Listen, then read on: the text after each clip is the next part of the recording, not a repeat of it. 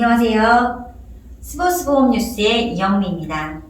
예로부터 우리는 덕담으로 만수무강과 무병장수를 얘기했습니다. 그러면서 환갑과 칠순을 기념하는 문화가 있었죠. 이제는 더 이상 볼 수 없는 일이 되었습니다. 바야흐로 100세 시대가 도래되고 있습니다. 그러나 무병장수 역시 옛말입니다. 수명은 길어졌지만 수많은 질병들이 생겨나면서 치매를 포함한 노인성 질환에 대한 경각심이 나날이 높아지고 있습니다. 특히나 치매는 한 번 생기면 완치될 수가 없어 비용에 대한 걱정뿐만 아니라 간병인과 함께 생활해야 하기 때문에 더더욱 금전적인 고충이 있는 질환입니다. 자, 그래서 오늘은 치매 및 노인성 질환을 현명하게 대비할 수 있는 방법에 관한 이슈를 다뤄보도록 하겠습니다. 제가 아주 특별한 분을 모셨습니다. 대표님, 본인의 소개를 부탁드립니다. 예, 안녕하십니까. 삼양대가센터 구천우입니다. 네, 대표님께서는 어떤 일을 하시는지요? 예, 저는 장기요양보험 수급자에게 방문 요양 서비스를 제공하고 있습니다. 장기요양보험이라고 하는 것은 사회적인 보장 제도인데 수급자라고 하면 어떤 분들이 대상이신 건가요? 일상생활이 불편하여 51% 이상 타인의 도움을 필요로 하는 65세 이상 어르신들입니다. 그럼 실제로 일상생활이 불편하신 분들 중에 치매나 노인성 질환으로 고생하시는 분들이 많으시겠습니다. 장기요양 등급 판정을 받을 수 있는 질환이 어떤 게 있는지 좀 알아야 할 것 같은데요. 간단하게 소개를 좀 부탁드립니다.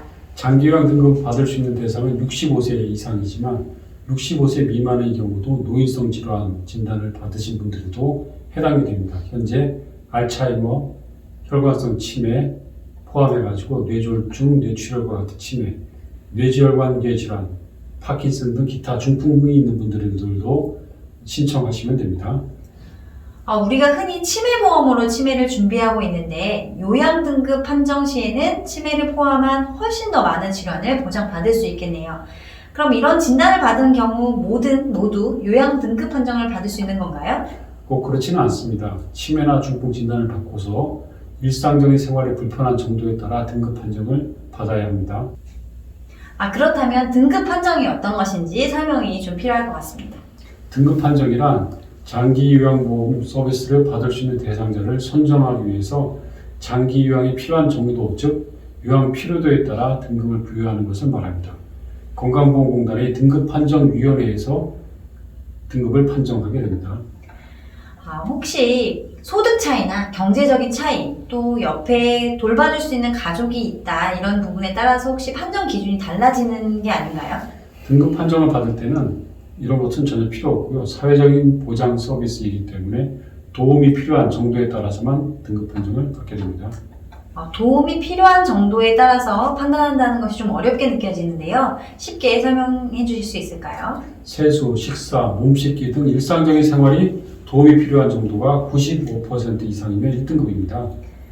그럼 혼자서 거동이 불편하거나 식사를 또 혼자 스스로 할 수 없거나 등의 정도에 따라서 판정 등급이 더 높게 나오는 거군요.